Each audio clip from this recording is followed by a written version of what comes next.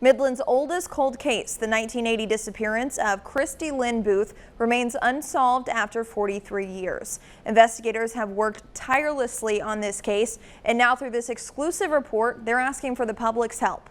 She was a wild 19-year-old, but she wouldn't do that to mother and daddy. No, she wouldn't do that to them.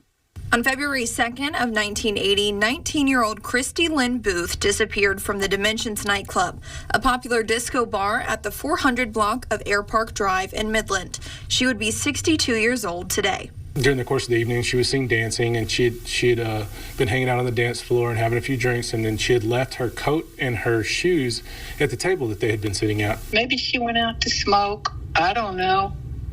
But leaving everything in there, obviously she intended to come back. The popular spot has since been demolished, and this is what stands there now. Kristy lived with her parents on Monty Avenue in Midland. She grew up alongside her older brother, older sister, and two parents. She was a graduate from Lee High School. Kristy worked as a waitress at the Great Gatsby, where Heavenly Cuts is now located on Cuthbert. If we're going to live in their house, we have to follow rules. And she didn't quite agree with that concept. So she lived with our grandmother. She stayed with friends. She just wanted to do what she wanted to do. Kristy left the nightclub that night and hasn't been heard from since. That same night Kristy went missing, her friend Ron Fahrenberg borrowed her car, a 1977 white and maroon AMC Pacer. He dropped her and a friend off at the club and left. When Fahrenberg returned to pick her up around 11 o'clock that night, no one could find Kristy.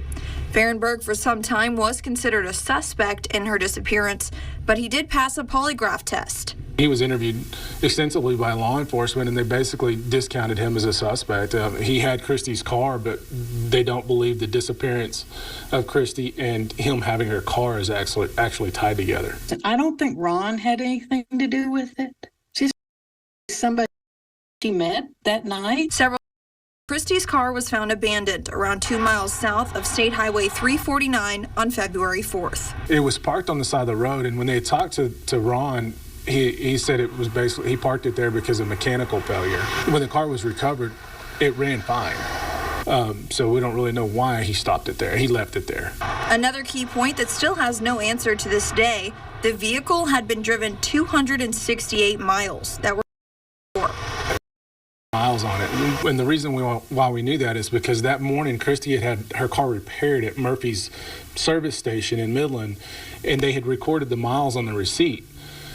Later, when that car was found, it, like I said, had a lot of miles on it, and those miles were never really accounted for in this investigation. She was reported missing soon after. She left home on Saturday. I'm going to work, and she didn't come by on Sunday. She didn't. I think it was Tuesday whenever the police called and said, "We have your car. You better go get it." So it had been a few days since she'd left, but that wasn't, like I said, she stayed with her friends, she stayed with our grandmother, she was just sort of all over. So nobody really knew that there was anything wrong. Her sister Kathy remembers that conversation with their father vividly. And I was talking to my dad, and he said, "This is bad. This is really bad. This is bad."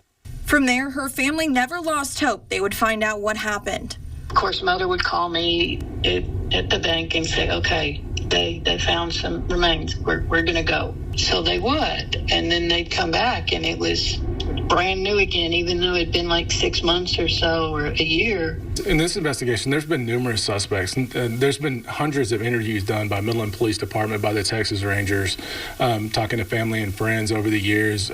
We've used advanced investigative techniques using forensic technology, hypnosis, everything that we know of to be employed. I would like to think that whatever it was real quick, but I don't know.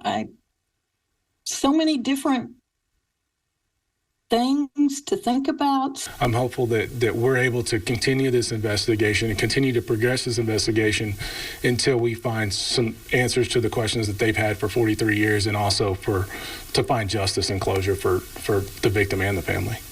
Anyone with information is asked to contact Midland Crime Stoppers or the Texas Rangers. But sadly, law enforcement has little information on what this 62-year-old would look like today. You can remain completely anonymous, but please reach out if you have even the smallest piece of information. Reporting in studio, Madeline Bierster, ABC Big 2 News.